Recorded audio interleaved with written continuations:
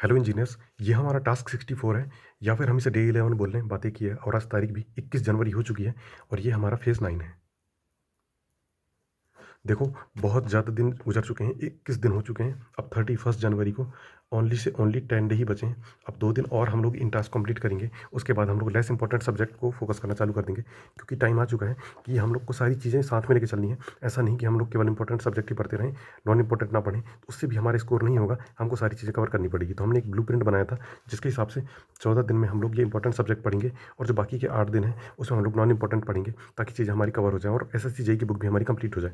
तो किसी ने अगर अभी भी स्टार्ट नहीं किया है, तो भाई अभी भी टाइम है, अभी भी स्टार्ट कर सकते हो, अभी भी चीज़ें कवर हो जाएंगी। बस सही तरीके से लगना पड़ेगा। पर अभी भी स्टार्ट कर रहे हो तो कोई भी टाइम नहीं हुआ है, अभी भी चीज़ें चालू हो सकती हैं। तो आज हम लोग क्या करना है, सर्वे में हम लोग को जीपीएस पढ़ देना है। कभी कभार इससे क्वेश्चन आ जाता है। अभी पिछली बार इससे क्वेश्चन आया था, 22 में भी आया था, 23 में भी आया है और फिर मेंस में भी इसके क्वेश्चन आए हैं। तो जीपीएस काफ़ी इंपॉर्टेंट चैप्टर हो जाता है सर्वे का।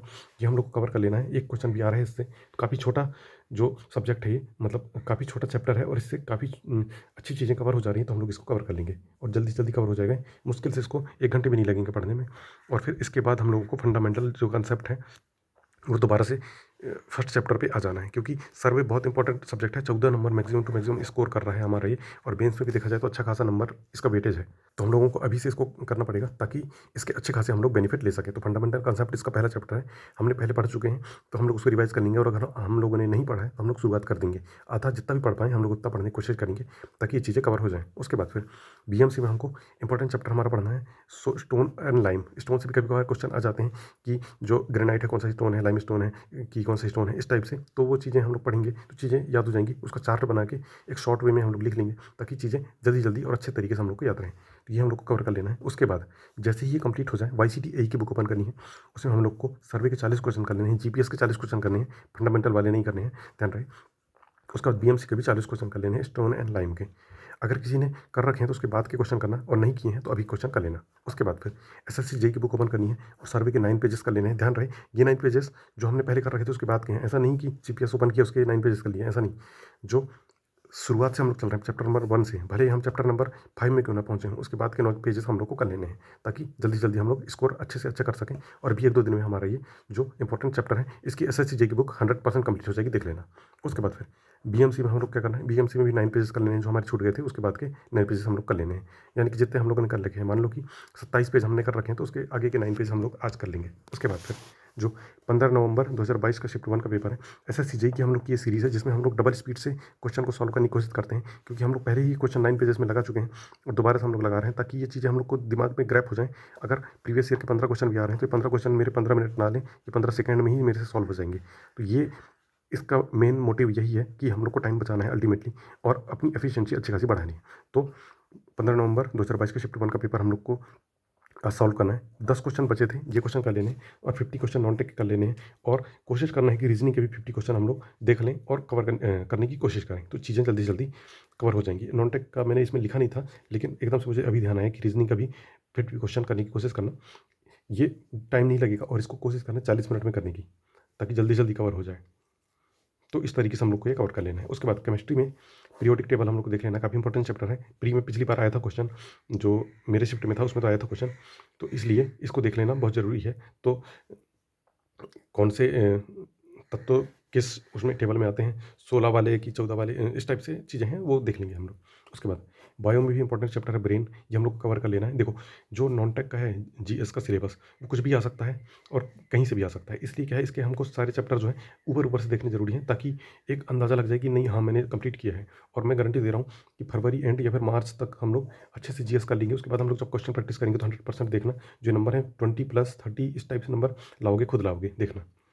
उसके बाद स्टैटिक जीके में हम लोग को आज क्या करना है, जो जीएस बूस्टर की हमारी सीरीज़ है, तो उसमें हम लोग को एसएससी वो स्टैटिक जीके के 5 क्वेश्चन कर लेने हैं पर चैप्टर के। देखो, हम लोग इसमें कम क्वेश्चन इसलिए ले रहे हैं क्योंकि इनको हमको याद भी करने पड़ते हैं। और ज़्यादा पढ़ने से क्या है कि दिमाग में एकदम क्या कुछ का कुछ हो जाता है और फिर चीज़ें बनती ही नहीं है। तो हम लोग कम करेंगे और अच्छा करेंगे, यही कोशिश करने की कोशिश करें, यही करने की कोशिश हम लोग करेंगे स्टैटिक जीके में। उसके बाद फिर रीजनिंग में हम लोग क्या करना है, सीटिंग अरेंजमेंट आज हम लोग को कर लेना है। काफ़ी इंपॉर्टेंट चैप्टर है, इससे 100% एक ना एक क्वेश्चन आता है।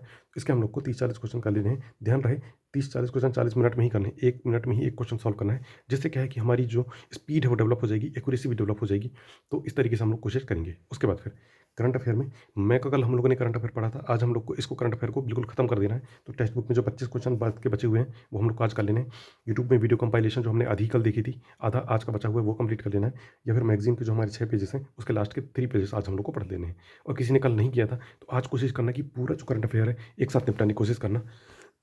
टेक्स्ट बुक की टेस्ट सीरीज के 50 क्वेश्चन सीधे कर लेना, यूट्यूब के वीडियो कंपाइलेशन 2x की स्पीड में जल्दी जल्दी कवर करने की कोशिश करना, और मैगजीन के 6 पेज भी कर लेना।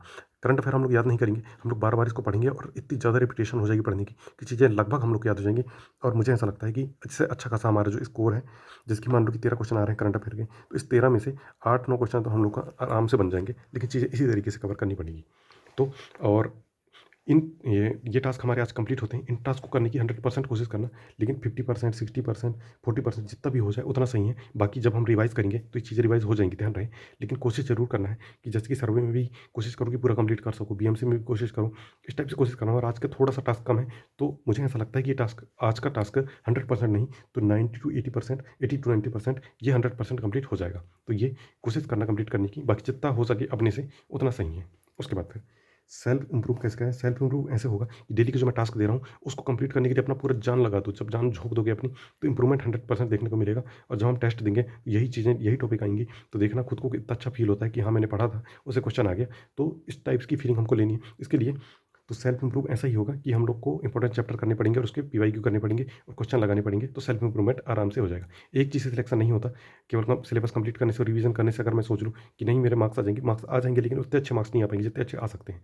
जो मेरा टाइम बचा सकते हैं वो है क्वेश्चन। तो क्वेश्चन प्रैक्टिस में करूँगा और वही क्वेश्चन आगे पेपर में, तो वो मेरे टाइम भी बचाएंगे और मार्क्स भी इंप्रूव करेंगे और मेरे को कॉन्फिडेंस भी देंगे। तो इसलिए क्या है, इसी तरीके से हमको चीज़ें चलानी ही पड़ेंगी। उसके बाद मिस्टेक कैसे एनालाइज़ होगी? मिस्टेक ऐसे एनालाइज़ होगी कि जैसे हम लोग टेस्ट देंगे, 2 घंटे का टेस्ट हमारा रहेगा, तो 2 घंटे हम लोगों को क्या करना पड़ेगा, उसको एनालाइज़ करना पड़ेगा। उसके बाद हमको उन टॉपिक को लिखने पड़ेंगे कि नहीं, ये टॉपिक नहीं बन रहा है, ये नहीं बन रहा है, ये नहीं बन रहा है। तो इन टॉपिकों को देख लेना है और उस टॉपिक को हम लोग को अच्छे से कवर कर लेना है। तो चीज़ें क्या है, मिस्टेक हमारी एनालाइज़ होने लग जाएगी और दोबारा से हम लोग कोशिश करेंगे वो अगर क्वेश्चन आता है तो वो मिस्टेक हमसे ना हो। उसके बाद फिर दिन रात पढ़ के भी कुछ नहीं हुआ, अब परेशान हो। देखो, पहले जो तुम्हारी अप्रोच थी वही गलत थी। अप्रोच हम लोग को सही करनी पड़ेगी। देखो, अप्रोच ये है कि रिवीजन भी प्रॉपर ज़रूरी है, क्वेश्चन प्रैक्टिस भी प्रॉपर ज़रूरी है और पीवाईक्यू भी प्रॉपर ज़रूरी है। तो इन और फिर इन सब में ज़रूरी है कंसिस्टेंसी। आप खुद से सवाल पूछो कि क्या मैंने ये किया, क्या मैंने ये किया, क्या मैंने ये किया। अगर ये चीज़ें किए हो और अगर बिल्कुल फिर भी लाभ नहीं मिल रहा है, तब बताना। लेकिन मैं बता रहा हूँ 100% किसी ने ये सारी चीज़ें की ही नहीं होगी। अब जब ये सारी चीज़ें हम करते ही नहीं हैं, तो लाभ कहाँ से मिलेगा? ऐसे ऐसे सीजीएल के जो लोग होते हैं, उनके टेस्ट कभी उनके टेस्ट के वो देखना कभी टेक्स्ट बुक में 200 बाई 200 ले आते हैं वो लोग, जो अपने उनके पीवाईक्यू होते हैं उसमें। और हम लोग 200 में से 200 क्या, 200 में से 170, 160 इतने नंबर हमारे टॉप के रहते हैं। तो इतना अंतर है। तो बताओ, वो चीज़ें तक हमको याद नहीं है, तो उनसे हमारा कितना लेवल गिरा हुआ है। तो ये चीज़ें, अब वो ये सारी चीज़ करती हैं, रिवाइज़ भी करते हैं, क्वेश्चन भी करते हैं, पीवाईक्यू इतनी बार लगा लेते हैं कि रट जाते हैं उनको। तो हम लोग को भी उसी तरीके से और उसी प्रॉपर वे में करना है। जब हम लोग जेईई की तैयारी कर रहे थे 12th के बाद में, तब भी हम लोगों ने तो चीज़ें की थी ना, तब भी हम लोग 12-12 घंटे बैठ के पढ़ते थे। बहुत सारी चीज़ें हम लोग कवर करते थे। तब जाके हमारा जेईई का एग्ज़ाम निकला, और जिसका नहीं भी निकला है, लेकिन उसने वो चीज़ें सीख तो ली ना कि कैसे इंप्रूवमेंट करते हैं। तो वही चीज़ हमको यहाँ भी लगानी है, ताकि चीज़ें हम लोग की इंप्रूव हो जाएँ और नंबर हमारे गेन हो जाए। और वहाँ भी हम लोग यही करते थे, रिवीजन करते थे, क्वेश्चन प्रैक्टिस करते थे, पीवाईक्यू लगाते थे। तो वही चीज़ हमको यहाँ भी करनी है, और सारे एग्ज़ाम क्रैक करने का यही एक तरीका है कि प्रॉपर रिवीजन ज़रूरी है, प्रॉपर क्वेश्चन प्रैक्टिस ज़रूरी है, प्रॉपर पीवाईक्यू ज़रूरी है, और जितनी बार ये रिपीटेशन हो सके उतनी बार ज़रूरी है। तो ये चीज़ें करो, 100% लाभ मिलेगा। उसके बाद क्या हो सकता है? बिल्कुल हो सकता है, अभी भी टाइम है। अभी 10 दिन बचे हैं जनवरी को, उसके बाद फरवरी लग जाएगा, फिर 4 महीने ही बचेंगे। तो टाइम बहुत रेत की तरफ फिसलते जा रहा है। टाइम बिल्कुल भी नहीं है, जितनी जल्दी स्टार्ट कर दोगे उतना सही है। अभी भी टाइम है, बिल्कुल 100% चालू कर दो, सिलेक्शन हो जाएगा। लेकिन अभी भी अगर नहीं कर पाए हो, तो भाई बहुत पीछे हो जाओगे आगे चल के। अगर मार्च के बाद शुरू करोगे तो पीछे हो जाओगे। मैं ये नहीं बोलता कवर नहीं होगा, कवर हो जाएगा, लेकिन पीछे हो जाओगे। इसलिए क्या है, अभी से लग जाओ ताकि चीज़ें कवर हो जाएँ।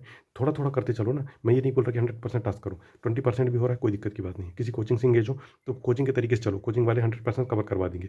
और खुद से सेल्फ अगर कर सकते हो सेल्फ करो, लेकिन क्वेश्चन प्रैक्टिस मेरे साथ करो। मेरे साथ इन क्वेश्चनों में जुड़ोगे, तो जो मैं तरीका बता रहा हूँ उससे सिलेबस भी कंप्लीट हो जाएगा और टेस्ट सीरीज भी कंप्लीट हो जाएगी और अच्छा खासा स्कोर भी कर लोगे।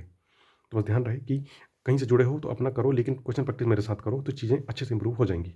उसके बाद दिन भर क्वेश्चन लगाओ, तो बस देखो, दिन भर क्वेश्चन लगा सकते हो, लेकिन इसके लिए वही मैंने जो बताया कि सबसे पहले रिवाइज़ करना है हम लोगों को, उसके बाद क्वेश्चन लगाने हैं, उसके बाद पीवाईक्यू लगाने हैं। बस क्वेश्चन लगाओ, कोई दिक्कत की बात नहीं है। पहले अपन रिवाइज़ कर लो, उसके बाद क्वेश्चन लगाओ, उसके बाद उसके पीवाईक्यू वाले क्वेश्चन इसमें तो रहेंगे क्वेश्चन में ही, तो कोई पीवाईक्यू भी लग गए अपन साथ में, उसके बाद फिर रिवाइज़ करो, फिर लगा लो। ऐसे करोगे तो बिल्कुल कर सकते हो, पूरे दिन लगा सकते हो, कोई दिक्कत की बात नहीं है। इससे भी इंप्रूवमेंट होगा। मैंने ऐसे बहुत सारे लोग देखे हैं जिन्होंने सिलेबस निपटा दिया है, बस वो क्वेश्चन ही लगाते हैं, क्वेश्चन ही लगाते हैं, और जब एसएससी जेईई की एग्ज़ाम देते हैं तो सीधे 100 में से उनके जो टेक्निकल है उसमें 70 से 80 मार्क्स स्कोर कर लेते हैं वो। होता है, होते हैं लोग ऐसे, लेकिन उसके लिए सिलेबस कंप्लीट करना भी ज़रूरी है, इंपॉर्टेंट चैप्टर पढ़ना भी ज़रूरी है। डायरेक्ट मैं क्वेश्चन के थ्रू अगर पढ़ने की कोशिश करूँगा तो चीज़ें मेरे समझ में कम आएँगी, लेकिन अगर वो कॉन्सेप्ट मैं पहले पढ़ लूँगा तो चीज़ें मेरे को जल्दी समझ में आ जाएँगी। तो इस तरीके से करना है और टास्क को कंप्लीट करने की 100% कोशिश करना है और 100% हम लोग का सिलेक्शन होगा। बस इसी तरीके से लगे रहो, बस प्रॉपर वे में और सही तरीके से सही डायरेक्शन में चलते रहो, 100% हम लोग का सिलेक्शन होगा।